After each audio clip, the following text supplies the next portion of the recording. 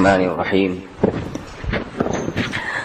رسول اللہ صلی اللہ علیہ وسلم نے فرمایا: مثل المؤمن الذی یقرأ القرآن کمثل الاترجہ، اس مسلمان کی مثال، اس مومن کی مثال جو قرآن مجید کی تلاوت کرتا ہے اترجہ کی طرح ہے، ریحھا طیب وطعمھا طیب، جس کا ذائقہ بھی اچھا ہوتا ہے اور اس کی خوشبو بھی اچھی ہوتی ہے۔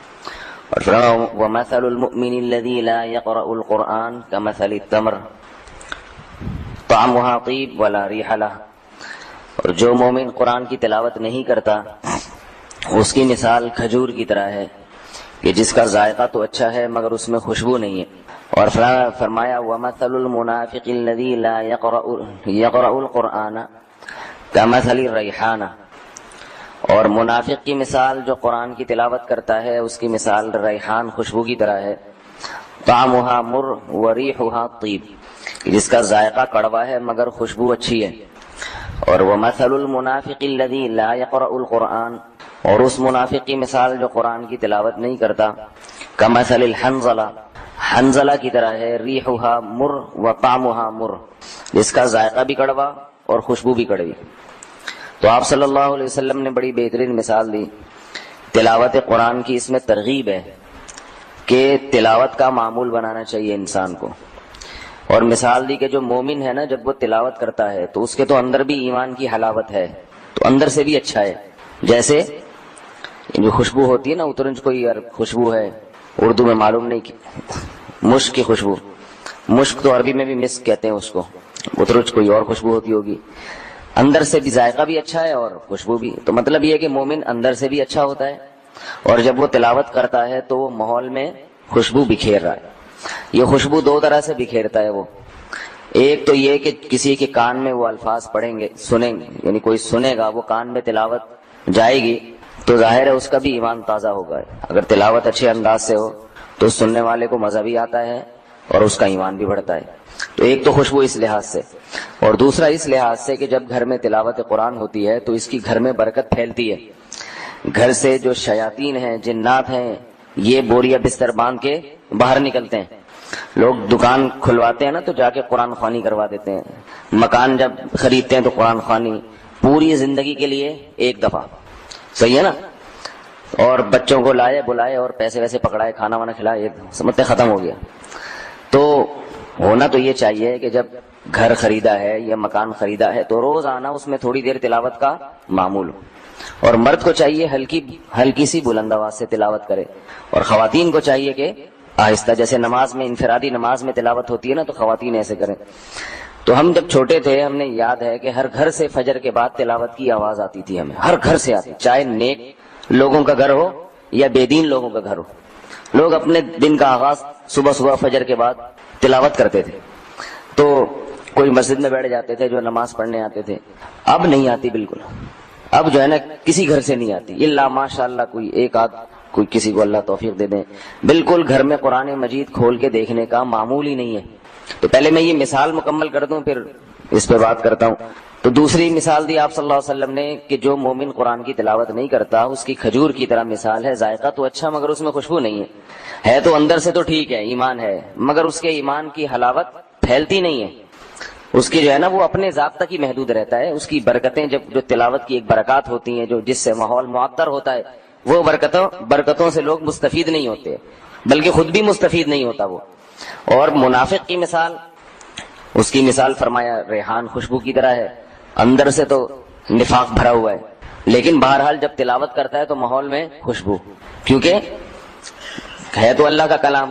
اور چوتھی مثال دی کہ ہے بھی منافق اور تلاوت بھی نہیں کرتا، تو وہ تو یعنی شر کا مجموعہ ہے، اندر بھی نفاق ہے اور باہر بھی اس کی کوئی برکت نہیں ہے، کوئی خوشبو نہیں ہے جو ماحول میں بکھیر رہا ہو۔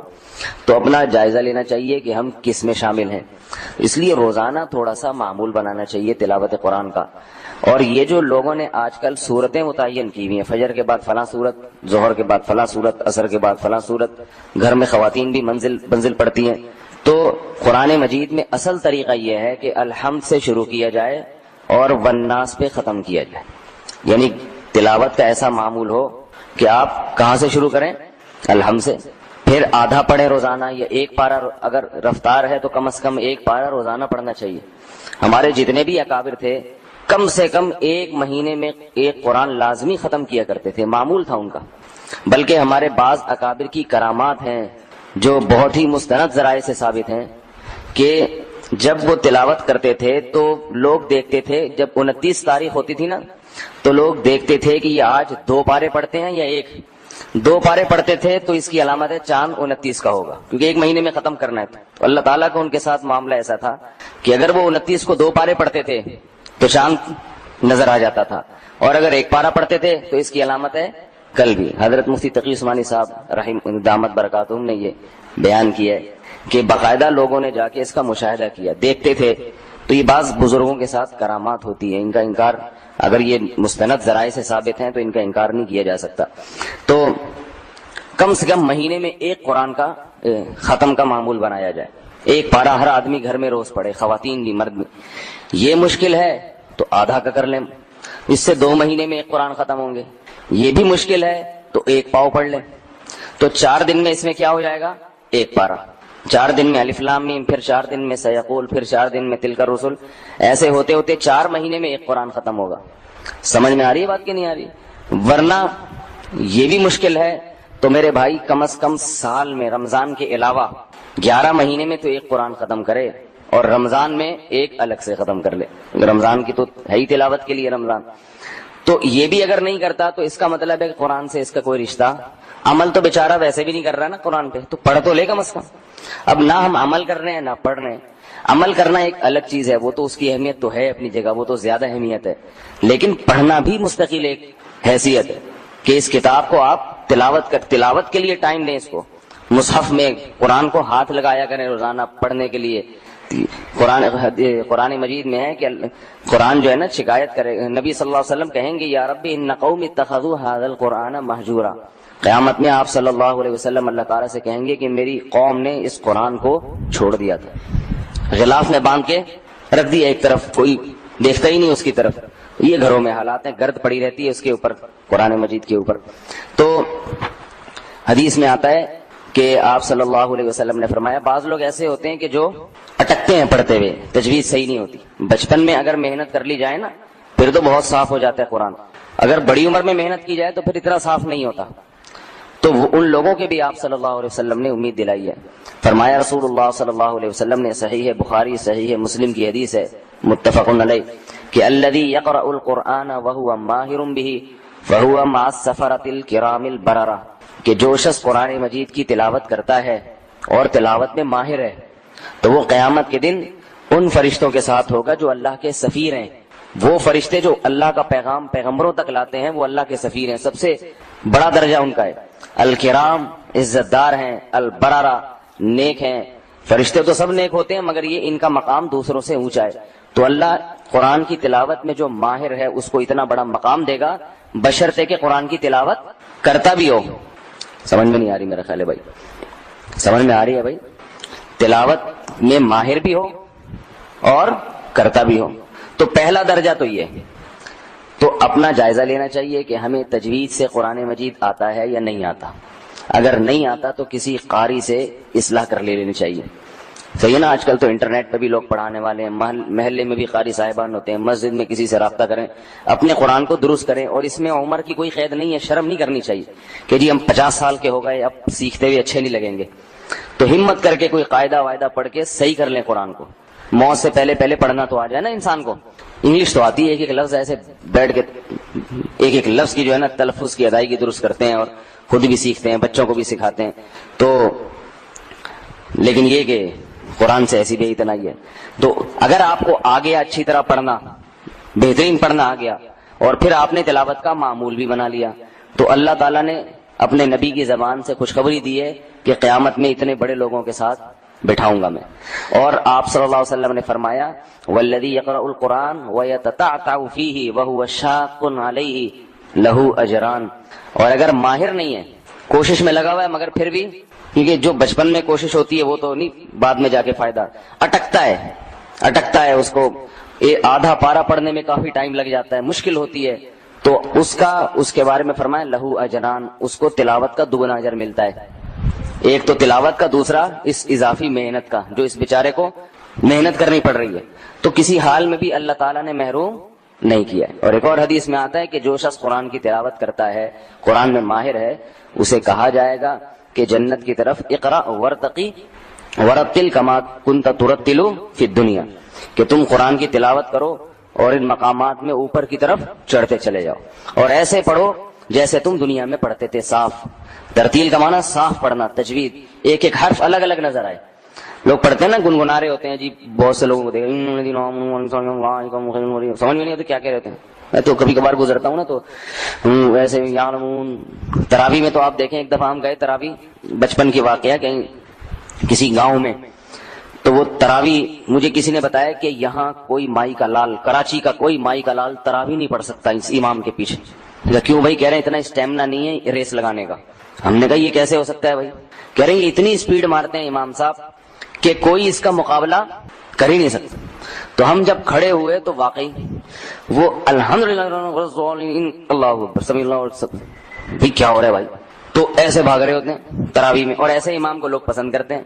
ایک اور واقعہ ہوا تو وہاں کیا ہوا کہ امام صاحب نماز پڑھا رہے تھے، تو ایک پیچھے سے پٹھان بھائی آئے، بڑی سی پگڑی، ان کی ایک رکعت نکل گئی تھی وہ پٹھان بھائی کی ٹھیک ہے، ایک رکعت تراویح کی نکل گئی۔ اب جس کی ایک رکعت نکلتی ہے نا، وہ کیا کرتا ہے کہ جیسے ہی امام نے سلام پھیرا، یہ جلدی سے رکعت مکمل کر کے اگلی نماز میں رکوع سے پہلے شامل ہو جاتا ہے تاکہ اگلی نہ نکلے۔ اب اس بیچارے کی جو ایک رکعت نکلی ہے، تو اس نے جلدی سے سلام پھیر کے نا، جلدی سے امام کے ساتھ رکوع میں شامل ہونے کے لیے نیت باندھی، اتنے میں امام رکوع سے اٹھ چکا تھا اگلی رکعت میں۔ اس نے کہا چلو اب اگلی میں ٹرائی کرتا ہوں۔ 3-4 تراویاں اسی طرح نکل گئی، مگر یہ امام کو نہیں پکڑ سکا، تو غصے میں پگڑی اٹھا کے نیچے پھینکی ٹھیک ہے نا، اور چل پڑا، بولے جاؤ میں پڑھتا ہی نہیں نماز۔ ریس ایسی امام لوگ لگاتے ہیں۔ تو ورتل، ترتیل کہتے ہیں تجوید کے ساتھ لفظ کی ادائیگی۔ تو یہ جو ہے نا اس کا معمول بنائے۔ تو آپ صلی اللہ علیہ وسلم نے کیا بشارت دی؟ جو اٹک کے پڑھتا ہے اس کو دگنا اجر ملتا ہے۔ تو کم از کم خود تو سیکھیں تھوڑی دیر، لیکن اب بچوں کو تو ابھی سے سکھا دیں، اپنے بچوں کو گھر میں جب قاری لگواتے ہیں نا بچوں کو قرآن سکھانے کے لیے، تو اس قاری کو بھی دیکھا کریں کہ کیا کر رہے ہیں۔ بہت سے قاری لوگ آج کل پیسوں کے لیے آ کے بٹ ٹرخا کے چلے جاتے ہیں۔ انگلش کا ٹیچر جو آ رہا ہے نا، اس کو تو دیکھتے رہتے ہیں کہ بچے کو کچھ آ بھی رہا ہے کہ نہیں آ رہا۔ اسکول کا ٹیچر آ رہا ہے نا، اس کو تو دیکھتے رہتے ہیں کہ دیکھو رزلٹ کیسا آیا ہے، تو یہ ٹیوٹر کو پکڑتے ہیں کہ تم نے کیا پڑھایا ہے۔ لیکن جو قاری صاحب پڑھانے کے لیے آ رہے ہیں، ان کو نہیں پوچھتے کہ یہ کچھ کر بھی رہے ہیں کہ نہیں کر رہے ہیں، اس لیے کہ وہ نہیں بھی کریں تو ثواب تو ہمیں مل رہا ہے۔ تو اس کی بھی نگرانی کیا کریں، کچھ بچے کو آ رہا ہے نہیں آ رہا، تاکہ یہ آپ کے لیے، یہ بچہ جب تلاوت کرے گا بڑا ہو کر آپ کے لیے صدقہ جاریہ بنے گا۔ اللہ تعالیٰ مجھے بھی پابندی کی توفیق عطا فرمائے، آپ حضرات کو بھی روزانہ قرآن مجید کو پابندی کے ساتھ تلاوت کی اللہ ہمیں توفیق عطا فرمائے۔ سبحانک اللہم و بحمدک، نشہد ان لا الہ الا انت، نستغفرک و نتوب الیک۔ زمین صاف ستھری ہو، پاک زمین ہو، اور اس کے اوپر یعنی آیتیں پینافلیکس کے اوپر والی سائٹ پر ہوں، پھر انشاءاللہ کوئی حرج نہیں ہے اس میں، جبکہ ضرورت بھی ہے اس کی۔ سورہ یاسین کو صبح و شام پڑھنے کی فضیلت۔ شہزان نسیم کشمیر سے۔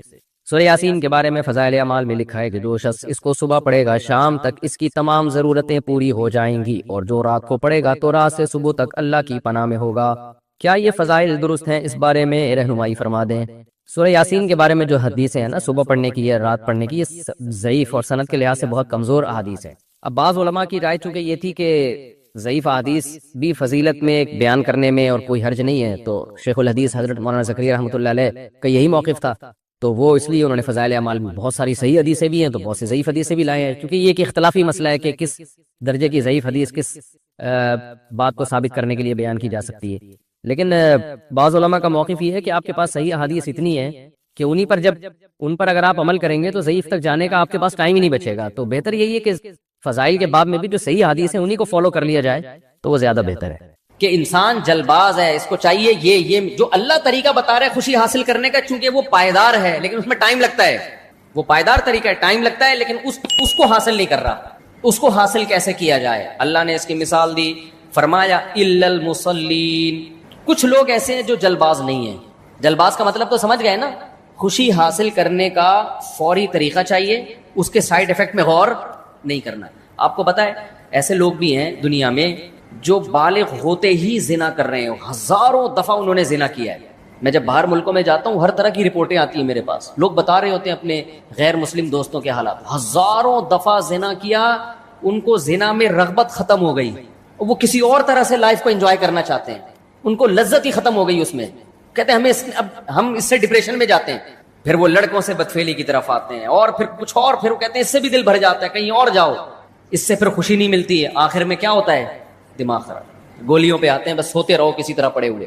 تو آج مسلمان بھی اسی زندگی کو فالو کر رہا ہے بھائی, مسلمان بھی اسی کے پیچھے بھاگ رہا ہے کہ جو خوشیوں کا جس طرح سے ان کو خوشیاں ملی ہمیں بھی ملیں گی, بھائی ان کو نہیں ملی تو تمہیں بھی نہیں ملیں گی. تو اس لیے اللہ تعالیٰ نے فرمایا اذا مسہ الشر جزوعا واذا مسہ الخیر منوعا الا المصلین, اللہ کہتے ہیں جو لوگ جلد باز نہیں ہیں, جو پائیدار طریقے سے خوشی حاصل کرنا چاہتے ہیں, جو مصیبتوں پہ صبر کرتے ہیں, خوشیوں پہ اتراتے نہیں ہیں بلکہ شکر کرتے ہیں, یہ کون لوگ ہیں؟ چند لوگ دنیا میں ایسے ہیں جن کی زندگی کامیاب ہے. وہ کون لوگ ہیں؟ دیکھو اس کو سمجھنے کے لیے پہلے قرآن کا ایک اصول سمجھو. قرآن کی عادت ہے جزیات کے ضمن میں کلیات سمجھانا. تھوڑی گاڑی اردو ہے, اس کو میں آسان زبان میں سمجھاؤں گا. قرآن جب اصول لا اور ضابطہ بیان کرتا ہے نا, تو لا کی شکل میں نہیں بیان کرتا بلکہ اگزامپل دے کے بیان کرتا ہے. اس کی میں ایک مثال دیتا ہوں. دیکھو کسی بھی لا کو سمجھانے کے دو طریقے ہوتے ہیں. نیوٹن کا ایک قانون ہے نا کہ ہر عمل کا ری ایکشن ہوتا ہے نا, ہر ایکٹ کا ری ایکٹ ہوتا ہے. تو ہمارے ٹیچر مثال دیا کرتے تھے, دیوار پہ جب آپ بال مارو گے جتنی زور سے مارو گے اتنی زور سے واپس لوٹے گی, یہ مثال دیا کرتے تھے. تو ایک طریقہ تو یہ کہ آپ نے نیوٹن کا قانون بتایا کہ ہر ایکٹ کا ری ایکٹ ہوتا ہے, ہر ایکشن کا ری ایکشن ہوتا ہے, جس کو اردو میں کہیں گے ہر عمل کا بولو رد عمل ہوتا ہے. لیکن بعض دفعہ جب سادہ طریقے سے کسی چیز کو سمجھایا جاتا ہے تو لا نہیں بتایا جاتا, مثال پہلے دی جاتی ہے. آپ مثال سے بات سمجھاتے ہو, دیکھو بیٹا تم دیوار پہ جتنی زور سے دیوار پہ گیند مارو گے اتنی ہی زور سے واپس لوٹے گی. تو بچے کے دماغ میں یہ بات بیٹھ جاتی ہے کہ جب بھی کوئی عمل کتنی زور سے کیا جائے گا اس کا جواب بھی اتنے ہی زور سے ملے گا. تو بعض دفعہ مثال کے ذریعے بات سمجھانا آسان. قرآن کا جو مخاطب تھے وہ عرب کے بدو تھے, اولین مخاطب, اس لیے قرآن میں مثالیں بہت ہیں کیونکہ مثالوں کے ذریعے بات بہت آسانی سے سمجھائی جا سکتی ہے. قرآن نے مثال سے بات سمجھائی, لیکن مراد کیا ہے؟ اصول اور ضابطہ. قرآن نے مثال سے بات سمجھائی. دیکھو کچھ لوگ ایسے ہیں, جزیات سے بات سمجھائی, کچھ لوگ ایسے ہیں جو جلد باز نہیں ہوتے. یہ کون ہے؟ الا المصلین, وہ لوگ جو نماز قائم کرتے ہیں. والذین هم علی صلواتهم یحافظون, اپنی نمازوں کی حفاظت کرتے ہیں. الا المصلین الذین هم علی صلاتهم دائمون, پابندی سے نمازیں پڑھتے ہیں. الا المصلین الذین هم علی صلاتهم دائمون والذین فی اموالهم حق معلوم, یہ وہ لوگ جن کے مال میں ایک حق ہے, متعین حصہ ہے. للسائل, مانگنے والوں کے لیے جو غربت میں مانگتے ہیں. والمحروم, اور ایسے محروموں کے لیے جو مانگتے نہیں ہیں, یعنی یہ لوگ جلباز نہیں ہوتے. للسائل والمحروم. والذین یصدقون بیوم الدین, یہ وہ لوگ ہیں جو آخرت کے دن کی تصدیق کرتے ہیں. والذین هم, کیا ہے بھائی آیت؟ والذین یصدقون بیوم الدین والذین هم من عذاب ربهم مشفقون, اپنے رب کے عذاب سے ڈرتے ہیں. والذین هم لفروجهم حافظون, اپنی شرمگاہوں کی حفاظت کرتے ہیں. الا علی ازواجهم, سوائے زوجہ کے. تو یہ کیا قرآن بیان کر رہا ہے؟ یہ مثالیں بیان کر رہا ہے کہ یہ والے لوگ یہ جلباز نہیں ہوتے, نماز قائم کرتے ہیں, کنجوس نہیں ہوتے, ان کے مال میں یتیموں کا, مسکینوں کا, غریبوں کا حق ہوتا ہے, ان پہ خرچ کرتے رہتے ہیں. اللہ کے عذاب سے تمہیں نظر آئے گا کہ ان کے چہرے سے خشیت جھلکتی ہوگی کہ اللہ کے عذاب کے خوف ان کے دلوں میں ہے. تو کیا مطلب بتانے کا؟ یہ مثال دینے سے مقصد یہ ہے کہ ان کے اندر کچھ صفات ایسی ہوتی ہیں جن صفات کی وجہ سے ان کے جسم سے یہ اعمال نکلنا شروع ہو جاتے ہیں. مطلب یہ نہیں ہے کہ جو لوگ یہ اعمال کرتے ہیں وہ ایسے ہوتے ہیں. بہت سے 2 نمبر لوگ بھی یہ اعمال کر رہے ہوتے ہیں. سمجھ رہے ہو کہ نہیں سمجھ رہے؟ بہت سے نمازی ہوتے ہیں. ابھی ہم بیٹھے ہوئے تھے نا, میں کہیں سعودی عرب میں تھا, تو مجھے کسی نے بتایا کہ پاکستان کا جو نشے کا سب سے بڑا اسمگلر ہے. میں نے کہا اس کا نام کیا؟ وہ بڑے نالجیبل آدمی تھے. میں نے کہا پاکستان میں بھی نشہ کا یہ جو چرس ہیروئن اسمگل ہوتی ہے؟ انہوں نے کہا ہاں. نام کیا ہے؟ میں اب بندے کا اصل نام تو نہیں بتاؤں گا آپ کو, لیکن حاجی لگا دو اس کے نام کے ساتھ. فار ایگزامپل حاجی غفار. اب ہیروئن سب سے زیادہ ایکسپورٹ کر رہا ہے وہ بندہ, نام کیا ہے؟ وہ بندے نے میں نے کہا اس کا نام کیا؟ غفار ہے نہیں, کہیں غفار کے پیچھے نہ پڑ جاؤ, فرضی نام بتا رہا ہوں میں, یہ حاجی غفار. کیونکہ اوریجنل نام لوں گا تو میرے کو آ کے پکڑے گا نا کہ تو نے میرا راز کیوں فاش کیا. حاجی غفار. پھر ایک اور بندے کے بارے میں ہم نے معلومات کی, وہ فلاں دنیا میں نا وہ نشے کا ہیروئن کا اتنا بڑا اسمگل, اس کا نام بھی حاجی فلاں. تیسرے کا پتا چلا اس کا نام بھی حاجی فلاں. ابے میں نے کہا یہ سارے حاجیوں کا کام چرس بیچنا ہی رہ گیا کیا؟ سارے حاجی ہیں. تو ایسے بہت سارے نمازی بھی ہیں. کیا خیال ہے بھائی؟ تو قرآن کا مقصد یہ بتانا نہیں ہے کہ حاجی لوگ سارے نیک ہوتے ہیں، نمازی لوگ سارے نیک ہوتے ہیں. اصل میں کچھ صلاحیتیں انسان میں ایسی ہوتی ہے کہ وہ جب اس کے اندر پیدا ہوتی ہیں تو اس کا اثر یہ نکلتا ہے کہ وہ نمازی بھی بن جاتا ہے، اس سے کنجوسی ہمیشہ کے لیے چھوٹ جاتی ہے، اس کے مال میں غریبوں کا حصہ، رشتہ داروں کا حصہ نکلنا شروع ہو جاتا ہے. یہ وہ لوگ ہیں، یعنی قرآن یہ بتا رہا ہے کہ وہ لوگ جل باز نہیں ہوتے جو اللہ کے وجود پر، اللہ کی توحید پر ایمان رکھتے ہیں، اللہ پہ اعتماد اور توکل کرتے ہیں. انہیں یقین ہے موت کے بعد دوبارہ زندگی ہے، یہ دنیا مسافر خانہ ہے، یہ دنیا رہنے کی جگہ نہیں ہے، ہم کسی مقصد کے لیے بنے ہیں، خود بخود دنیا میں نہیں آئے. تو جن کو ان چیزوں کا استحضار ہوتا ہے اور انہیں یہ بھی پتا ہوتا ہے کہ اللہ کچھ کرنے میں اسباب کا محتاج نہیں ہے، جب وہ ہمیں کہہ رہا ہے کہ یہ خوشی حاصل کرنے کے لیے یہ طریقہ اختیار مت کرو، تو نہیں کریں گے تو خوشی ملے گی. دیکھنے میں لگ رہا ہے اختیار کریں گے تو خوشی ملے گی، لیکن ان کا اللہ پہ یقین ہے کہ اللہ اسباب کا محتاج نہیں ہے، وہ اس کے بغیر بھی خوشی دے سکتا ہے.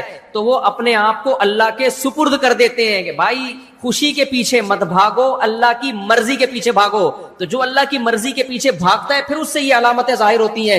اللہ نے فرمایا تم دنیا میں دیکھنا چاہتے ہو نا کون اللہ کی مرضی کو فوکس کرتا ہے، تو تمہیں وہ لوگ نظر آئیں گے مسجدوں میں نماز پڑھتے ہوئے اور صدقہ اور خیرات کرتے ہوئے اور اپنی شرمگاہوں کی حفاظت کرتے ہوئے. وہ کسی غیر عورت کی طرف بری نظر اٹھا کر نہیں دیکھتے. ٹک ٹاک، فیس بک، ان تمام فحاشی کے تمام ذرائع اور وسائل سے وہ بچتے ہیں. تو ایسا انہوں نے اپنے آپ کو اللہ کے سپرد کیا ہوا ہے. یہ لوگ جلباز نہیں ہوتے. سمجھتے ہو کہ نہیں سمجھتے؟ کیا مطلب؟ کافر خوشی تلاش کرتا ہے خوشی کے پیچھے بھاگ کے، مسلمان خوشی تلاش کرتا ہے خوشی کو لات مار کے. سمجھ میں نہیں آ رہی بات؟ ایک صاحب میرے پاس آئے، کہنے لگے بھائی میں ڈپریشن سے کیسے بچوں؟ میں نے کہا بچنے کی فکر چھوڑ دو. کہتے ہیں میں ٹینشن سے بچنا چاہتا ہوں، کیا کروں؟ میں نے کہا بچنے کی فکر چھوڑ دو. آپ اگر خوش رہنا چاہتے ہو نا تو خوش رہنے کی فکر بولو چھوڑ. اس کی مثال اور آسان مثال سے سمجھاتا ہوں. دیکھو آپ کسی ہاسپٹل میں چلے گئے، آپ کو کوئی بڑی بیماری ہے، بہت اسپیشلسٹ ڈاکٹر اس بیماری کا آیا اور آپ کا علاج کر رہا ہے، اور آپ کو پتہ ہے یہ اس فیلڈ کا اسپیشلسٹ ہے. یہ کیا ہے؟ اسپیشلسٹ. یہ آپ کی بیماری ٹھیک کر دے گا. اب اس نے کوئی میڈیسن لکھ کے دی، آپ اس سے پوچھ رہے ہو یہ والی میڈیسن تو کڑوی ہے، مجھے آپ ایسا کریں وہ میڈیسن دیں جس میں شہد ملا ہوا ہوتا ہے، کیونکہ وہ جب کھاؤں گا تو مجھے میٹھا محسوس ہوتا ہے اور لائف کو میں انجوائے کروں گا. اس نے کوئی سیرپ لکھ کے دیا کڑوا، آپ نے کہا یہ والا سیرپ ٹھیک نہیں ہے، وہ گڑ کا جو گنے کا رس ہے نا جو باہر ملتا ہے وہ والا سیرپ لکھ کے دیں آپ مجھے، کیونکہ میں جب آپ کا سیرپ پیتا ہوں کڑواہٹ محسوس ہوتی ہے، مجھے ذرا بھی خوشی محسوس بولو نہیں ہوتی، میں لائف کو انجوائے نہیں کر پا رہا ہوں ڈاکٹر صاحب آپ کے اس ٹریٹمنٹ کی وجہ سے. میں گنے کا رس پیتا ہوں تو مجھے بڑا مزہ آتا ہے. تو آپ وہ لکھ کے دیں، یہ لکھ کے دیں، وہ لکھ کے دیں، یہ لکھ کے دیں. تو ایک دن ڈاکٹر کیا کہے گا؟ بھائی اگر تو سچی مچی میں چاہتا ہے نا تیری لائف میں انجوائمنٹ پیدا ہو تو انجوائمنٹ کی فکر چھوڑ دے، یہ میرے اوپر ڈال دے. اگر میں تجھے کڑوا سیرپ دے رہا ہوں نا تو یہ سوچ کے پی لے کہ اسی میں میری خیر ہوگی. سمجھتے ہیں کہ نہیں سمجھتے؟ اگر میں تجھے مصیبت دے رہا ہوں تو یہی سوچ کے کر لے کہ یہ مصیبت ڈاکٹر دے رہا ہے، یہ ٹیکا میں اب ٹیکا لگانے کے لیے آیا، آپ نے کہا نہیں ٹیکا نہیں، ٹیکا مجھے بالکل پسند نہیں ہے. ڈاکٹر صاحب میں آپ سے علاج ٹینشن کے لیے نہیں کرا رہا، خوش رہنے کے لیے کرا رہا ہوں تاکہ میں اور آپ ٹیکے لگا لگا کے مجھے ٹینشن دے دیں. کل آپ نے 2 ٹیکے رائٹ سائڈ پہ لگائے، اب آپ لیفٹ پہ لگا رہے ہو، رائٹ والی خراب کر دیا آپ نے، اب لیفٹ والی پہ آپ آ گئے ہو، بیٹھا نہیں جا رہا مجھ سے. تو عقلمند ڈاکٹر کیا کہے گا یا عقلمند آدمی آپ کو کیا مشورہ دے گا؟ عقلمند کہے گا یار یہ ٹینشن تیری ہے ہی نہیں، تو نے جب اپنے آپ کو کسی ایکسپرٹ ڈاکٹر کے حوالے کر دیا ہے تو وہ تجھے میٹھا سیرپ پلائے، آئس کریم کھلائے یا تجھے ٹیکے لگائے، یہ تیرا ہیڈ ایک نہیں ہے. تو اس کی ٹینشن چھوڑ دے. جب یہ آیا ہے نا تو اس ڈاکٹر کے حوالے کر اپنے آپ کو، تب تجھے خوشی ملے گی، ورنہ تو چھوڑ دے. تو اللہ تعالیٰ کہتے ہیں کہ نبی صلی اللہ علیہ وسلم نے ارشاد فرمایا من کانت الدنیا ہمہ جعل اللہ فقرہ بین عینیہ، جو دنیا کو اپنی فکر بناتا ہے کہ مجھے یہ بھی مل جائے، یہ بھی مل جائے، یہ بھی مل جائے، عیش کے پیچھے بھاگتا ہے، تو اللہ عیش کو آگے آگے بھگاتے ہیں اور یہ تگڑ تگڑ قیامت تک اس کے پیچھے بھاگتا رہے گا، ملے گا نہیں اس کو. اور جو سرنڈر کر دیتا ہے نا کہ بھائی میں نے وہ کرنا ہے جو اللہ اس کے رسول کا آرڈر ہے، جو حکم ہے میں اس کو فالو کروں گا، جو سرنڈر کر دے گا تو پھر غم آئے گا تو بھی کہے گا بھائی کس نے دیا ہے؟ اللہ نے دیا ہے. خوشی آئے گی تو کس نے دی ہے؟ بھائی اللہ نے دی ہے. اس کا انجام اچھا ہے. سمجھ میں نہیں آ رہی بات؟ میرا خیال ہے. لیکن کس نے سرنڈر کیا ہے، کس نے سرنڈر نہیں کیا، اس کی علامت یہ ہے کہ جو نماز پڑھ رہا ہے پابندی کے ساتھ، اس کا مطلب اس نے اپنے آپ کو سرنڈر کر دیا ہے. جو زکاتیں دے رہا ہے, صدقہ خیرات کر رہا ہے, مال پہ سانپ بن کے نہیں بیٹھ گیا, صدقہ خیرات خوب کثرت سے کرتا رہتا ہے, اس کا مطلب اس نے اپنے آپ کو سرنڈر کر دیا. یہ اللہ ہمیشہ مال اور زکات کا دونوں کا تذکرہ ایک ساتھ اس لیے کرتے ہیں کہ جب انسان اپنے آپ کو کسی کے حوالے کرتا ہے نا, تو حوالے کرنے کے دو طریقے ہوتے ہیں. بعض دفعہ انسان اپنی جان حوالے کرتا ہے, مال میں وہ دل لٹکا کے بیٹھا ہوتا ہے, پیسہ نہیں دوں گا. یہ تلاوت آواز کہاں سے آ رہی ہے بچوں؟ تو جان حوالے کر دیتا ہے, مال حوالے نہیں کرتا وہ. یہ اس کا مطلب اس نے سرنڈر. دیکھو آپ گئے, تلاشی ہو رہی ہے نا, سیکیورٹی گارڈ آئے, تلاشی دو, آپ نے بٹوا اٹھا کے اس کو پکڑا دیا, اب لے لے وہی تو تلاشی. وہ کہے گا یہ بھی تو دکھا, کیا ہے نہیں, یہ نہیں دکھا رہا میں آپ. اس کو سرنڈر کرنا کہتے ہیں. بعض دفعہ انسان کیا کہتا ہے, بٹوا لے لو, میں اپنی تلاشی نہیں لینے دوں گا تمہیں. مال حوالے کر رہا ہے, جان حوالے نہیں کر رہا. تو اللہ نے جان, انسان دو ہی چیزوں کا مجموعہ ہے, جان اور مال. اسی کو دنیا کہا جاتا ہے, اپنی جان بچانا, اپنا مال بچانا, اسی کو دنیا کہا جاتا ہے. تو اللہ کہتے ہیں کہ جو لوگ مکمل دنیا میرے حوالے کر دیں گے, اپنی جان بھی حوالے. جان حوالے کی علامت کیا ہے؟ 5 ٹائم نماز. کیونکہ آسان کام نہیں ہے, پڑھنا آسان ہے, پابندی بہت مشکل ہے. ساری زندگی فجر بھی, ظہر بھی, عصر بھی, مغرب بھی, عشاء بھی, اور خشوع و خضوع کے ساتھ پڑھتے رہنا. یہ انہی لوگوں کا کام ہے جو سچی مچی میں اللہ کے حکم کے آگے اپنے آپ کو سرنڈر کر دیتے ہیں. یہ ورنہ غیر مسلم بھی بہت سے ایسے ہیں جو کہتے ہیں میں اپنے آپ کو خدا کے گاڈ کے حوالے کیا ہے. بھائی آپ نے کیا گاڈ کے حوالے کیا؟ آپ تو ہفتے میں 1 دن چرچ چلے جاتے ہو بس. اس کو حوالے کرنا تھوڑی کہتے ہیں. تو بہت آسان ہے. 5 ٹائم نماز پڑھنا پابندی سے آسان نہیں ہے, بلکہ بہت زیادہ مشکل ہے. یہ وہی کر سکتا ہے جس کا واقعی اللہ پر ایمان ہو, کیونکہ 1 دن کی بات تھوڑی ہے. ہر تھوڑی دیر میں نماز کا ٹائم شروع ہو جاتا ہے. آپ کو اپنا کاروبار چھوڑنا ہے, اپنی تمام ایکٹیویٹیز کو آگے پیچھے کرنا ہے. سفر میں, حضر میں, ہم جب جہازوں کا سفر کرتے ہیں, کوئی بھی نمازی, میری اپنی بات نہیں ہے, سب سے بڑی فکر پتہ ہے کیا ہوتی ہے؟ بیچ میں نمازیں کون کون سی آئیں گے. جو شخص بھی نمازی ہوگا نا, جہاز میں سفر کرے, ٹرین میں سفر کرے, بس میں سفر کرے, اس کے لیے سب سے بڑی ٹینشن کیا ہے؟ یار نماز کیسے پڑھوں گا. اب اتنی بڑی پرابلم ہوتی تھی, ہم جب جہاز میں بھائی جا رہے ہیں 12 گھنٹے 13 گھنٹے یا 17 گھنٹے 22 گھنٹے بھی, تو اتنی لمبی فلائٹوں میں یار کون سی نماز کس ٹائم پہ کہاں آ رہی ہے, قبلہ کدھر ہوگا. جو بے نمازی ہے اس کو تو کوئی غرض ہی نہیں ہو, تو بیٹھا ہوا ہے آرام سے, پڑھا ہوا ہے, سو رہا ہے, اٹھ کے دیکھ لیتا ہے کوئی نماز پڑھ رہا ہے تو چلو میں بھی پڑھ لوں. لیکن جس کو نماز کی حفاظت کرنی ہے اس کے لیے سفر میں سب سے بڑی ٹینشن کیا ہے؟ نماز کیسے پڑھوں. تو یہ اللہ کا کتنا فضل ہو گیا. دیکھو سائنسی ترقی نے بہت سارے مسائل حل کر دیے ہیں. آج کل ایک ایپلیکیشن آ گئی ہے حلال ٹرپ کے نام سے, جو جہازوں میں سفر کرتے ہیں نا وہ انسٹال کر لیں. حلال ٹرپ کے نام سے, اس میں کیا ہوگا, آپ اپنی فلائٹ کا ٹائم لکھو, یہ جہاز یہاں فلائٹ نمبر ڈالو اور لکھ دو کہ یہاں سے لے کے کس ملک میں جا رہا ہوں میں, تو وہ لوکیشن ڈال دو اس میں, یعنی وہ خود پوچھ لیتا ہے آپ سے, جو سوال پوچھے اس کا جواب دے دو بس, اور میں کیا ڈیٹیل میں جاؤں. جب آپ وہ حلال ٹرپ ڈاؤن لوڈ کرو گے تو جو پوچھے اس کو بتا دو. آپ بتاؤ گے نا تو وہ نمازوں کا ٹائم بتا دے گا. جہاز میں یہ بتائے گا کتنے بج کے کتنے منٹ پہ ظہر کا وقت شروع ہو رہا ہے, کتنے بج کے کتنے منٹ پہ عصر کا وقت شروع ہو رہا ہے, کتنے بج کے کتنے منٹ پہ مغرب کا وقت شروع ہو رہا ہے. اور جب مغرب کا وقت ہوگا تو وہ تیر کے نشان سے بتاتا بھی یہ قبلہ کدھر ہوگا. میں نے 5-6 مرتبہ اس کو ٹرائی کیا, بالکل ایکوریٹ بتا رہا ہوتا ہے وہ. تو یہ بہت بہترین طریقہ ہے نمازی لوگوں کے لیے. اس میں آپ کو یہ آسانی شریعت نے دی ہے کہ 2 نمازیں اکٹھی بھی پڑھ سکتے ہو, کیونکہ جہاز میں وضو کرنا بڑا مسئلہ ہوتا ہے, تو پھر کھڑے ہو کے نماز بھی بہت دفعہ نہیں پڑھنے دیتے. تو اس کا طریقہ یہ ہے کہ آپ اس میں یہ نہ دیکھو ظہر کا وقت شروع کب ہو رہا ہے, بلکہ یہ دیکھو ظہر کا وقت ختم کب ہو رہا ہے. تو جو ختم ہونے کا ٹائم ہے میں وہ اس کو فالو کرتا ہوں. مثال کے طور پر اس میں لکھا ہے, اچھا اس میں 2 ٹائم آ رہے ہوتے ہیں. ایک وہ ٹائم آتا ہے کہ جو آپ کے کنٹری کا ٹائم ہے جہاں سے آپ اڑے ہو. ایک وہ ٹائم آتا ہے جو جہاز میں جہاں آپ ہوگے اس ملک میں کیا ٹائم ہے. تو آپ نے وہ ٹائم لینا ہے جو یہاں سے اڑنے والا, گھڑی کو اس حساب سے رکھنا ہے. مشکل بات تو نہیں کر رہا میں, گھڑی کو اس حساب سے کر دیا آپ نے. جیسے ہم جب کراچی سے اڑے تو فرض کرو یہاں رات کے 9 بج رہے ہیں, یہ والی گھڑی چینج نہیں ہوتی. موبائل جو ہے نا وہ جس ملک میں جہاز جائے گا اس حساب سے اپنے آپ کو چینج کر لیتا ہے موبائل. تو موبائل کا ٹائم نہیں, یہ والی گھڑی مینول گھڑی جسے کہتے ہیں. تو اس کا ٹائم بھی آ رہا ہوتا ہے کہ یہاں کے حساب سے اتنے بج رہے ہوں گے, اتنے بج رہے. تو میں کیا کرتا ہوں بھائی, ظہر میں دیکھا کہ ظہر کا وقت ختم کب ہو رہا ہے. فار ایگزامپل ظہر کا وقت یہاں کے ٹائم کے حساب سے ختم ہو رہا ہے 5:25 پہ. تو ہم کیا کریں گے بھائی, 5:20 پہ اٹھیں گے, جا کے وضو کیا, ٹیشو سے نیچے سب صاف کیا جہاز میں, تاکہ وہ لوگ یہ نہ سمجھیں کہ کمبخت نمازی لوگ ہمارا واش روم کا بیڑا غرق کر کے باہر نکلتے ہیں. کیونکہ نمازی جو چینٹے مارتا ہے نا, آج کل دیکھا ہے آپ لوگوں نے وضو بھی لوگ کیسے کر رہے ہوتے ہیں, یوں کر کے پھڑک پھڑک چھپڑتے مار رہے ہوتے ہیں, سارا نیچے گند ہو جاتا ہے. تو تمیز سے وضو کرو میرے بھائی. اس کے بعد ٹیشو سے نیچے کا ایریا بولو صاف کر دو, تاکہ نمازیوں کا امیج جہاز کے عملے میں کے نزدیک خراب نہ ہو کہ یہ کوئی کمبخت نمازی آیا جو کیچڑ کر کے گیا یہاں. اس کو صاف کر کے پھر آپ نے اس کو ڈسٹ بن میں پھینکا, اپنے ہاتھ صابن سے اچھی طرح دھو لیا, آپ نے نکل کے آیا. تو 5:20 پہ گئے, 5:30 پہ ظہر قضا ہو رہی ہے, تو 5:25 پہ آپ نے ظہر کی نیت باندھ لی, 2 رکعت پڑھ لی آپ نے, قبلے کا پتہ چل جاتا ہے اس میں. جیسی سلام پھیرا 1-2 منٹ آپ ٹھہرو, عصر کا وقت داخل ہو جائے گا. تو بخاری مسلم کی احادیث سے جو 2 نمازیں سفر میں ہمیں اکٹھا ہونا پتہ چلتا ہے, اس طرح سے 2 نمازیں نبی صلی اللہ علیہ وسلم نے اکٹھی کی ہیں, ظہر بھی, مغرب اور عشاء بھی. اس پر میں دلائل الگ سے ریکارڈ کرواؤں گا انشاءاللہ پورے ریفرنسز کے ساتھ. ہماری رائے میں یہ جو کرتے ہیں نا, ظہر کے فوراً بعد اثر پڑھ لیتے ہیں یا مغرب کے ساتھ اثر پڑھ لیتے ہیں, اس بارے میں کوئی صحیح حدیث موجود نہیں ہے. جو صحیح ہے وہ صریح نہیں ہے, جو صریح ہے وہ صحیح نہیں ہے. جبکہ قرآن میں ہر نماز کو اپنے ٹائم پہ پڑھنے کا اللہ نے حکم دیا ہے, چاہے سفر ہو یا حضر, اس میں اللہ نے کوئی فرق نہیں کیا. بہرحال مسئلہ اختلافی ہے, لیکن ہم احتیاط کے پیش نظر اسی پر عمل کرتے ہیں کہ اس طرح سے 2 نمازیں اکٹھی پڑھی جائیں. اور بخاری مسلم میں عبداللہ بن مسعود کا قول بھی ہے کہ نبی نے سفر میں بھی کبھی 2 نمازیں اکٹھی نہیں پڑھی ہیں, صرف حج کے موقع پہ آپ نے پڑھی ہیں.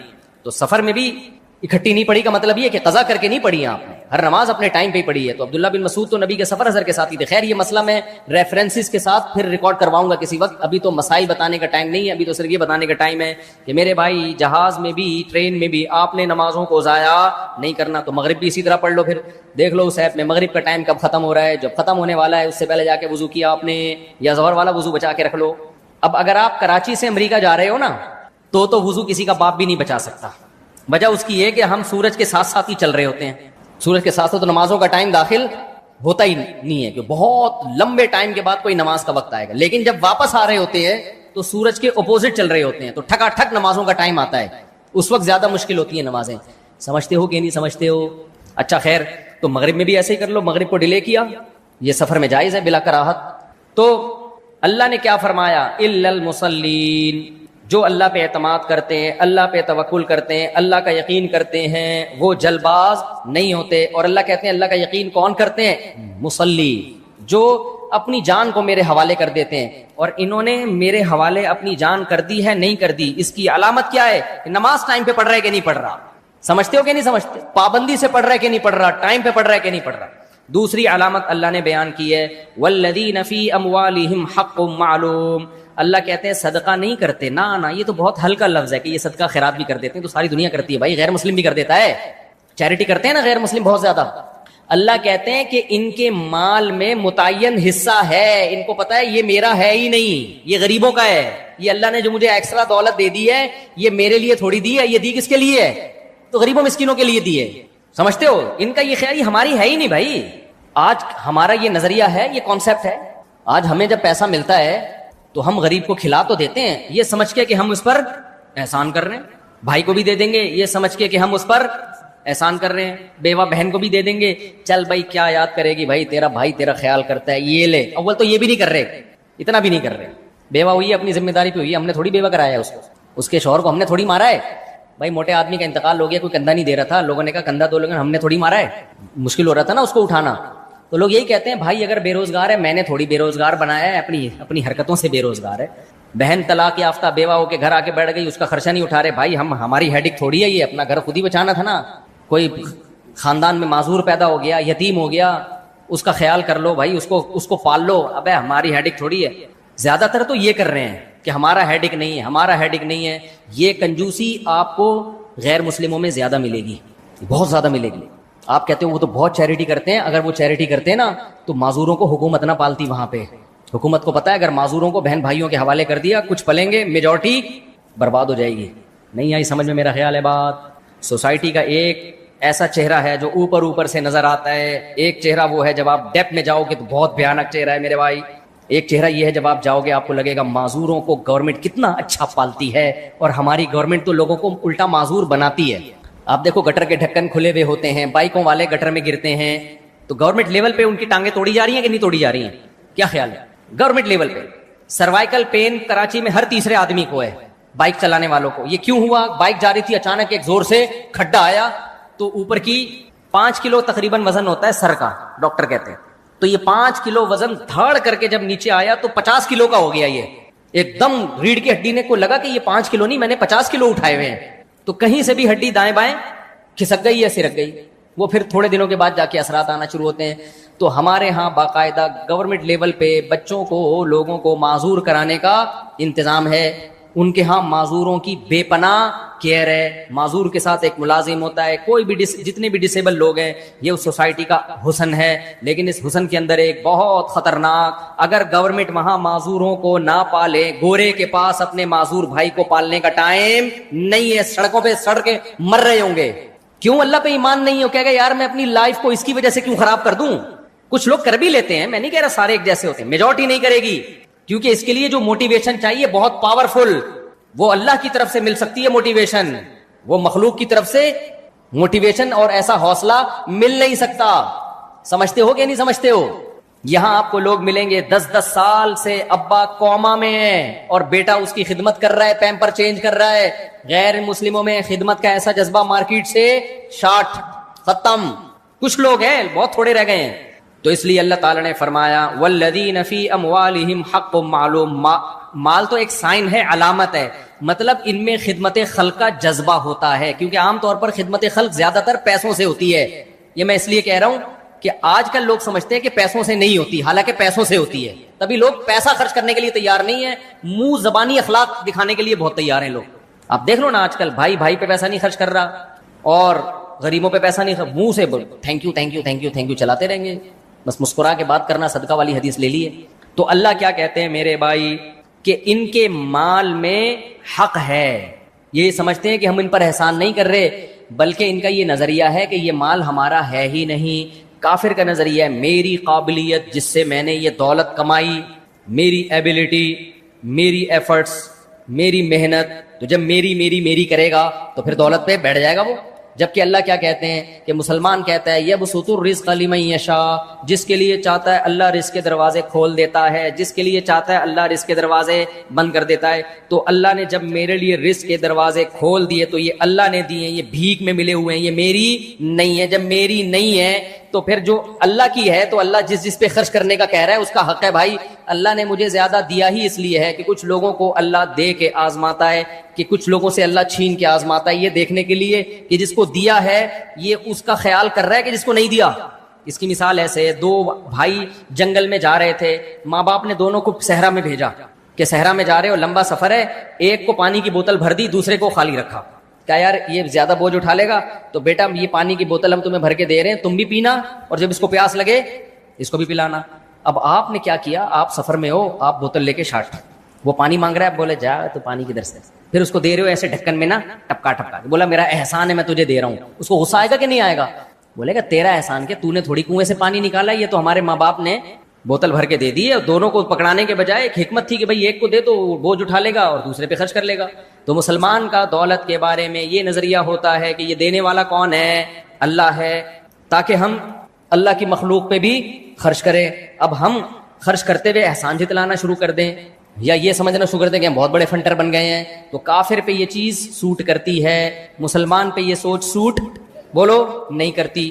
اس لیے اللہ نے فرمایا فی اموالہم حق معلوم, ان کے مال میں حق ہے, حصہ ہے, ان کو پتا ہے بھائی یہ میرا ہے ہی نہیں, یہ میرا پیسہ ہی نہیں ہے, یہ تو اللہ نے دیا ان کے لیے, تو جن کی امانت ہے ان کے سپرد کر رہا ہوں میں.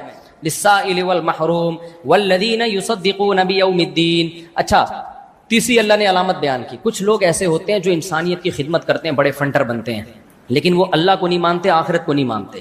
تو اللہ کو ایسی خدمت بھی پسند نہیں ہے, کیونکہ جب وہ اللہ کو اور آخرت کو نہیں مانتے تو اپنی دین سمجھتے ہیں, تو ان کے دل میں خام خواہی آئے گا کہ ہم احسان کر رہے ہیں. تو اس لیے اللہ نے فرمایا یہ روز جزا کی تصدیق کرتے ہیں, ان کو پتا ہے کہ اس کا ہم سے قیامت کے دن حساب ہوگا.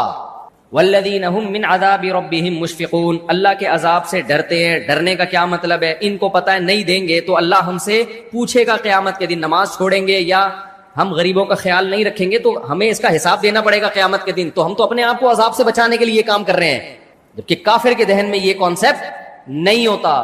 تو والذین هم لفروجہم حافظون, بہت سے لوگ دنیا میں آپ کو نیک نظر آئیں گے لیکن اخلاقی برائیاں بھی ہیں ان کے اندر. تو اللہ کہتے ہیں یہ نیکی والے کام کرتے ہیں لیکن اخلاقی برائیوں سے بچتے ہیں. اب جیسے وہ حاجی غفار صاحب کی میں نے مثال دی, حاجی بھی ہیں, پاجی بھی ہیں, نمازیں بھی ہیں, ہو سکتا ہے 4 مہینے بھی لگے ہوئے ہوں, کام کیا کر رہے ہیں, چرس ہیروئن بیچ رہے ہیں میرے بھائی.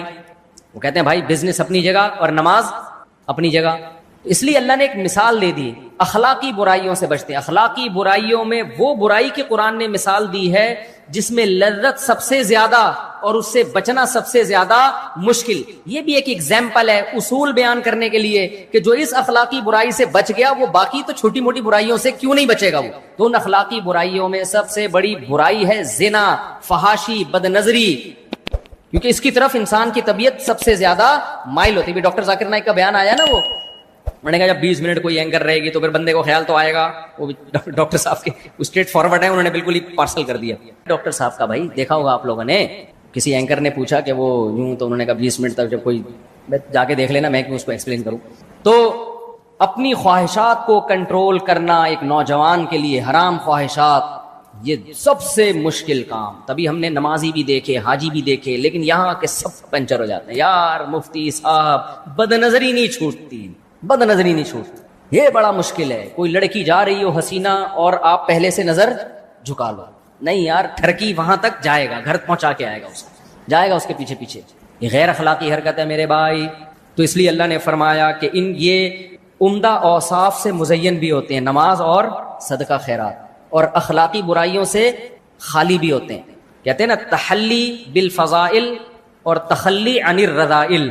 رذائل یعنی بری چیزوں سے اپنے آپ کو خالی کر دینا اور اچھی چیزوں سے اپنے آپ کو آراستہ کر دینا. پھر انسان کا بچہ بنتا ہے. آپ کی بوتل میں خوشبو پڑی ہوئی ہے, ڈھکن کھولو گے ایک دم خوشبو پھوٹے گی. آپ کی بوتل میں بدبو پڑی ہوئی ہے, ڈھکن کھولو گے ایک دم گٹر کی بو آئے گی. اب جس بوتل میں گندگی پڑی ہوئی ہے, اگر آپ اس کو خوشبودار بنانا چاہتے ہو تو کیا یہ طریقہ سوٹیبل ہے کہ آدھی بوتل گرا کے اس گٹر میں آدھی خوشبو ڈال دو؟ کیچڑ بن جائے گا کہ نہیں بنے گا؟ پتہ نہیں چلے گا یہ گندا ہے اچھا ہے کیا ہے. ہو سکتا ہے کوئی نئی چیز آ جائے مارکیٹ میں. تو اس بوتل کو خوشبودار بنانے کے لیے ضروری ہے کہ پہلے اس کو گندگی سے پاک کرو, اس کو اچھی طرح ڈیٹول سے دھو, بھائی سارا گند نکالو. اب ہم نے اس میں کیا بھرنی ہے؟ خوشبو. تو نماز اور صدقہ خیرات یہ خوشبو ہیں, اور بد نظری, بے حیائی اور جو الٹے کام نوجوان لوگ کر رہے ہوتے ہیں نکاح کے علاوہ, وہ ساری کیا ہیں؟ گندگی ہیں. چرس, نشہ. حاجی غفار صاحب کیا کر رہے ہیں بھائی؟ دنیا کو چرسی بنا رہے ہیں. 3 اسمگل میرے ذہن مجھے آج پتہ چلے ہیں. ایک تو وہ جو سعودیہ میں ہے وہ بھی حاجی, 2 آج رپورٹ پیش ہوئی ہے, وہ بھی ہیروئن کے بہت بڑے اسمگلر ہیں. وہ بھی کیا نکلے اتفاق سے, ایسے حاجی کے نام میں حاجی لگا ہوا ہے. تو بوتل کو آپ کیا کرو گے؟ گندگی سے پہلے خالی کرو گے, پھر اس میں خوشبو. تو اس لیے صوفیہ کرام کے ہاں یہ بات بہت مشہور ہے بھائی. تحلی کہتے ہیں آراستہ, حلیہ عربی میں کہتے ہیں زیور کو, حلیہ بھی کہتے ہیں. حلا اس کی جمع آتی ہے. تو تحلی زیور سے آراستہ ہونا. تو کہتے ہیں بھائی آراستہ ہونے سے پہلے ضروری ہے کہ تخلی عن الرذائل, پہلے گندگی سے اپنے آپ کو پاک کیا جائے. آپ جمعے کے دن نہا دھو کے تیاری کرتے ہو نا, پھر خوشبو لگاتے ہو, یا اسی گندگی میں ہی خوشبو پھوڑ کے آ جاتے ہو؟ پہلے آدمی اپنی گندگی دور کرتا ہے جسم کی, پھر صاف ستھرے کپڑے پہنتا ہے, پھر خوشبو لگاتا ہے, پھر گلگت جاتا ہے. وہ گلگت والوں نے مجھے کہا تھا کبھی خوشبو لگا کے گلگت آؤ تو پھر بات کریں گے آپ سے, تو مجھے میرے دماغ میں بیٹھ گیا وہ.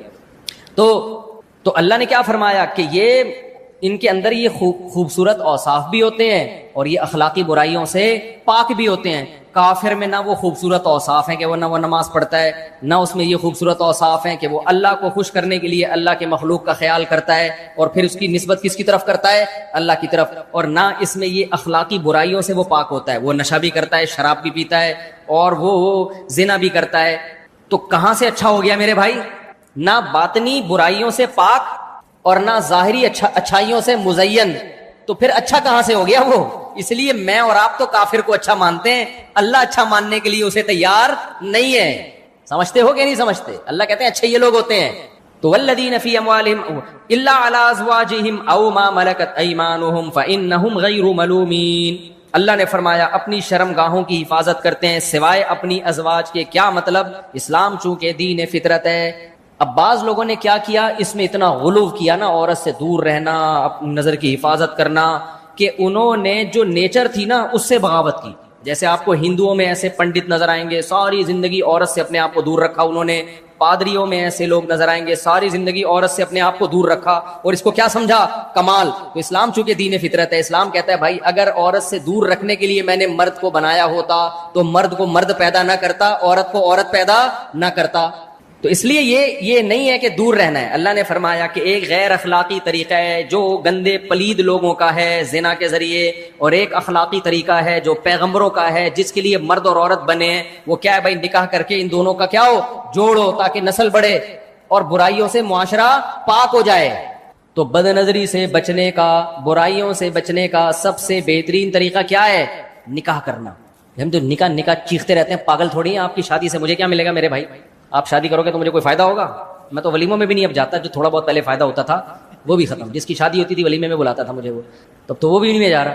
وجہ اس کی ہے میرے بھائی کہ مرد کی عورت کی طرف رغبت یہ نیچرل ہے، یہ فطری ہے. تبھی جب لڑکے کہتے ہیں نا ٹک ٹاک پہ ہمیں فوش ویڈیو نہیں چھوٹ رہی اور یہ سب ہم سے نہیں چھوٹ رہا، بھائی اس لیے نہیں چھوٹ رہا کہ تمہارے اندر ایک جذبات ہیں. جب وہ جذبات حلال طریقے سے پورے نہیں ہوں گے تو حرام سے بچنا بہت زیادہ مشکل. دیکھو غیر اخلاقی حرکت ہے چوری کر کے روٹی کھانا، یہ اخلاقی ہے غیر اخلاقی؟ اب آپ نے غیر اخلاقی حرکت سے بچنے کا طریقہ یہ اختیار کیا روٹی ہی نہیں کھانی ہے. تو بھائی میدا آپ کی تقریروں سے متاثر نہیں. آپ نے کسی بزرگ کو بتایا کہ حضرت مجھے چوری کر کے روٹی کھانے کی عادت ہے. بزرگ نے کہا کہ بیٹھ جا، محاسبہ کر، مراقبہ کر، 4 مہینے لگا چوری کی برائی سوچ تاکہ یہ برائی تجھ سے چھوٹ جائے. لیکن وہ اس کا آلٹرنیٹ نہیں دے رہے کہ پیسوں سے خرید کے کھا لے. وہ کہہ رہے نہیں بس کھائی نہیں. تو کتنے دن بیان سنو گے میرے بھائی؟ تھوڑے دن تک سنو گے بھائی روٹی چوری کی بری چیز ہے، بری چیز ہے، بری چیز ہے. پیٹ کہے گا تو 4 مہینے لگا لے، تو چلہ لگا لے، تو خانقاہ میں بزرگوں کے پاس جا کے بیٹھ جائے. جس بزرگ کے پاس جا کے بیٹھے گا نا کم بخت اس کو بھی روٹی نہیں ملے گی، وہ بھی چوری کرے گا پھر جس سے تو موٹیویشن لے رہا ہے. کیا خیال ہے؟ جو بزرگ تیرے کو سمجھا رہا ہے نا کہ روٹی چوری کی بری چیز، اس کو بھی حلال طریقے سے روٹی کھانی پڑے گی تو سمجھائے گا. ورنہ تھوڑے دنوں میں بیان کرتے کرتے اس کا اپنا دل بھی خراب ہوگا، وہ بھی چوری کرنے کی. کیونکہ پیٹ ایسی چیز ہے میرے بھائی جو کسی کے بیانات سے متاثر نہیں ہوتا. پیٹ روٹی کی فضیلت کے بیان سننے سے نہیں بھرتا، وہ روٹی کھانے سے بھرتا ہے. دیکھو آپ کو بھوک لگ رہی تھی، بہت دل چاہ رہا ہے روٹی کھاؤں روٹی کھاؤں روٹی کھاؤں. میں نے آپ کو بیان میں مشغول کر دیا. میں نے کہا دیکھو روٹی کھانا بہت بری چیز ہے، روٹی سے بہت نقصان ہوتا ہے، مت کھاؤ. آپ متاثر ہوگے لیکن اس بیان سے آپ کے پیٹ پہ کوئی اثر پڑے گا؟ ہے پیٹ کے پاس دماغ نہیں ہوتا بیان سننے کے لیے، ٹھیک ہے.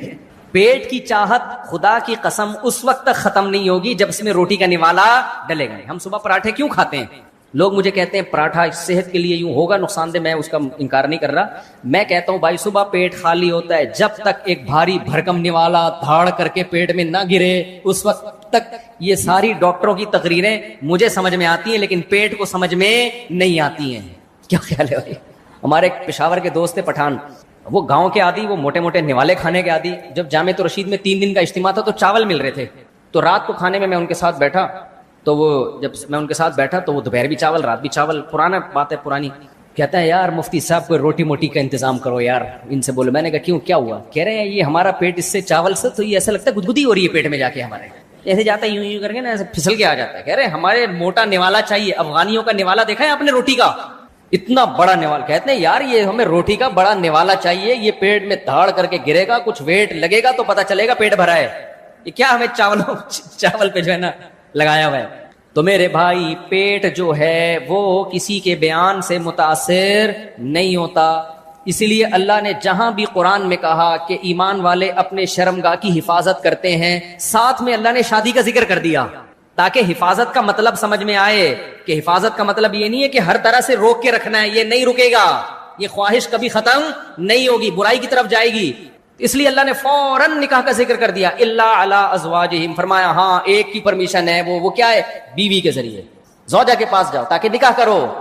اب دونوں دعوتوں کو ساتھ لے کے چلنا ضروری ہے، بد نظری کے خلاف بھی اور نکاح کی ترغیب بھی. ہمارے ہاں عام طور پر ایک چیز کو فوکس کیا جاتا ہے، دوسری کو چھوڑ دیا جاتا ہے. نہ ادھر کے رہتے ہیں نہ ادھر کے رہتے ہیں، بیچ میں لٹکے ہوئے ہوتے ہیں، پتہ ہی نہیں چل رہا ہوتا یہ کم بخت اس کی زندگی گزرے گی کیسے، یہ کرے گا کیا آگے جا کے. تو یہ اخلاقی برائیوں سے بچنا یہ بھی ضروری ہے. تو جن کے اندر یہ علامتیں الا علی ازواجہم او ما ملکت ایمانہم فانہم غیر ملومین فمن ابتغى وراء ذلك فاولئک هم العادون والذین هم لاماناتہم وعہدہم راعون. میں انشاءاللہ اس پر اگلے ہفتے بیان کروں گا، ابھی اس کو یہیں کیونکہ سوال جواب کا بھی سیشن پھر نماز بھی ہو جائے گی. تو اس میں ایک چیز اللہ نے بس وہ آیت کر کے میں بات مکمل کرتا ہوں. فرمایا کہ فانہم غیر ملومین، جو اپنی ازواج کے ذریعے بیوی کے پاس جائے نکاح کرے یہ لوگ قابل ملامت نہیں ہیں. یہ بار بار میں بیان میں بات کر چکا ہوں. جو شخص نکاح کر رہا ہو نا، بھلے 1 کر رہا ہو، 2 کر رہا ہو، 3 کر رہا ہو، 4 کر رہا ہو، یہ اس کا ہیڈک ہے، یہ آپ کا ہیڈک بولو نہیں. اللہ نے اسٹیمپ لگا دی ہے فإنہم غیر ملومین، یہ لوگ قابل ملامت نہیں ہیں، ان کو عیاشی کا تانا بولو نہیں دیا جا سکتا. یہ بہت بڑا مسئلہ ہے. آج مذہبی لوگ عیاشی کا تانا دینا شروع کر دیتے ہیں, عیاشی کر رہے ہیں, شادی کر رہے ہیں. اللہ نے جب پرمیشن دے دی نا فَإِنَّهُمْ غَيْرُ مَلُومِينَ, ملوم کا مطلب یہ اس میں مفعول ہے, اصل میں تھا ملووم, مفعول کے وزن پر, مضروب, مقتول. تو یہ اس ایسے نہیں ہے کہ ان کو ملامت کی جائے, ٹاؤنٹنگ کی جائے, طنز کیا جائے ان کے اوپر. تو اس لیے اللہ, جب ہمارے پاس اللہ ہے تو پھر ہمیں کسی کی ملامت کی پرواہ نہیں. فتاوی قاضی خان فقہ حنفی کی ایک بہت پرانی کتاب ہے, اس میں لکھا ہوا ہے کہ جو شخص نکاح کر رہا ہو, چاہے کسی بھی بیس پہ کر رہا ہے, بعض لوگ خوبصورتی کی بیس پہ شادی کر رہے ہوتے ہیں, بھائی کرنے دو, اگر وہ حقوق ادا کرنا چاہتا ہے. ایک تو ہے نا بیس خوبصورتی یا یاشی ہے, آگے حقوق ادا کرنے کا پروگرام نہیں ہے, وہ غلط ہے. حقوق ادا کرنے کا پورا ارادہ